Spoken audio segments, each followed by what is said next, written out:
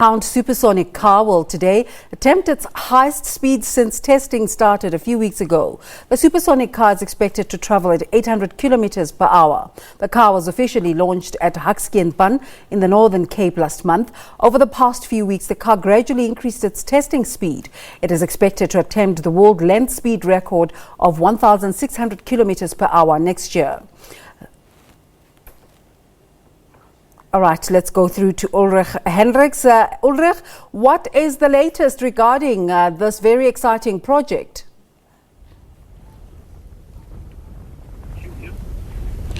Hi.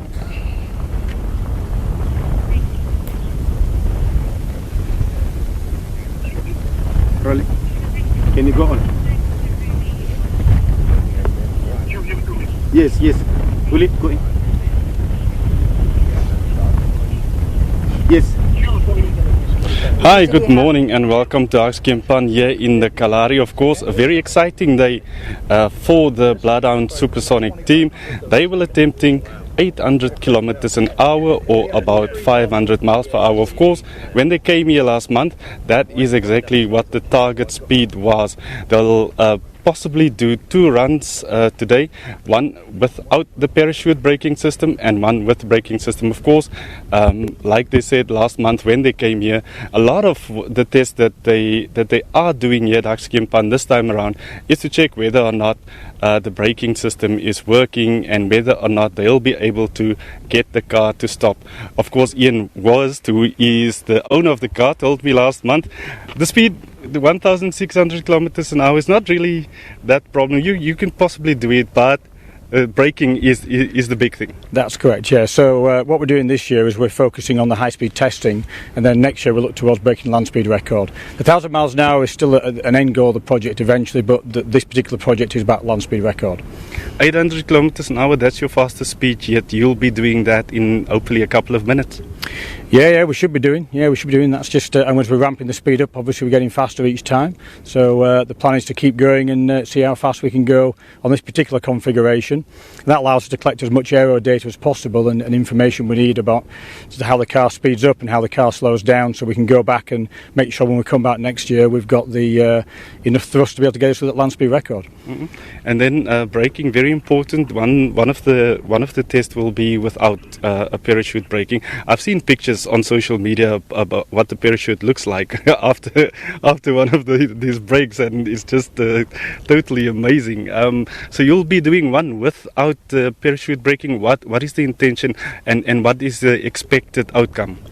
Okay, so the reason we're doing this test is because we need to find out exactly what the rolling resistance of the car is and what the drag on the car is. So if the parachutes fail, if the air brakes don't deploy, the engine's off, how does the car come to a stop? So once we do that run, we have really good data, because we've got data from 200 miles an hour down, so 350 kilometres down to zero. We now need to get the data from a lot higher speed down to the sort of 300 kilometre mark. So that's what we do today. So today we try and get ourselves up to 800 kilometres an hour and then shut the engine off and let the car coast down. We can gather all the data from that lets us see how the car performs as it slows down. The next run then is to turn around and run the car again and do a double parachute pull. So what we'll do is the first parachute comes out. We've modified one of the parachutes to give us a bit of a better fly, and once we've had that out for a few seconds, we'll pull the second parachute, because it's really important to know how the parachutes fly together. So we have to put them out together at any point in time. We know what's going to happen, and we do that at lower speeds rather than higher speeds, so we know what's going on. Ian, at the start of these high-speed tests, there was a slight hiccup where the car failed to start. Apart from that, are you happy with how it progressed? The project is going really, really well, and even though the car failed initially to start, that was expected, and that was initially down to a fuel pump on the actual Bloodhound side that wouldn't feed fuel to the engine, so no wonder it didn't start. But secondly, everything we've done, every test we've done, we've moved a step further forwards. We've found something out, we've fixed something, we've improved something. So at no point have we kind of got stuck this year. So I'm really, really pleased it's going exactly as we wanted it to go. And if we get the car running today where we want to do, then we can then got plenty of time to be able to go to the next level, which is what we're looking for. And what is that next level? Tell us a bit about it. Okay, so when you stop with this year round, and what happens? Okay, we have about 13 profiles we want to run. We're on profile 6. So we need to be able to test not just the maximum speed we can get to in this configuration, so we'll keep going faster and faster as long as we can see safe to do so. What we also then need to do is some testing with the air brakes. And the way you test the air brakes is you actually put the air brakes out at 0 and actually accelerate up to speed. Because what you can't do is put them out at speed and find there's a problem. That's not the right way around. And so we do these tests now. So we've got 3 different air brake tests where we have the air brakes out, we go up to speed, and we'll do that test a few times so we get data off the actual air brake doors, loading on the doors, aero off the doors, and that again gives us lots of information for how we stop the car with the air brakes next time we come here. You were quite excited just a couple of seconds ago when you told me about the impact this project has on the community itself. Like school children are here at the start of the racetrack. What is the idea with that? Well, the whole project is about inspiring people to get into engineering and STEM, so science, technology, engineering and maths.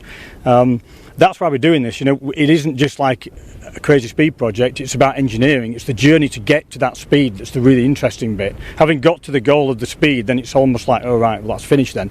It's actually the journey we're doing now. This is the exciting bit, this is the interesting bit. And we want the local community to get involved in that, so all the local schools around are bringing their kids up here so they can see. We had 40 kids around the technical camp yesterday, all around the car, all getting a lecture on what the car does, how it works, answering questions for them. And today they're all over there ready to watch the actual run go past. So it's about inspiring people to do things and to get into engineering, because we need more engineers in the world to solve the world's problems. It's engineers that will fix things.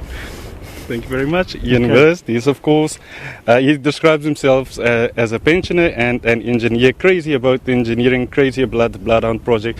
Of course, in a couple of minutes, they'll be looking at going to the highest speed yet. That's about 800 kilometers an hour. For the English amongst us, that's about 500 miles per hour. And of course, that should be about 7 seconds, Andy? Yeah. Engine's on, by the way. We're just firing up, so it should come past in a few minutes. Okay, so just stay tuned. Andy says in a couple of minutes. If you blink, you'll probably miss it, because it will take about 7 seconds. It will go about 100 meters from here. It will just go past, and then it will just about 7 seconds. So if you're watching this, don't blink. Keep your eyes open, and it will then be over in just a couple of seconds.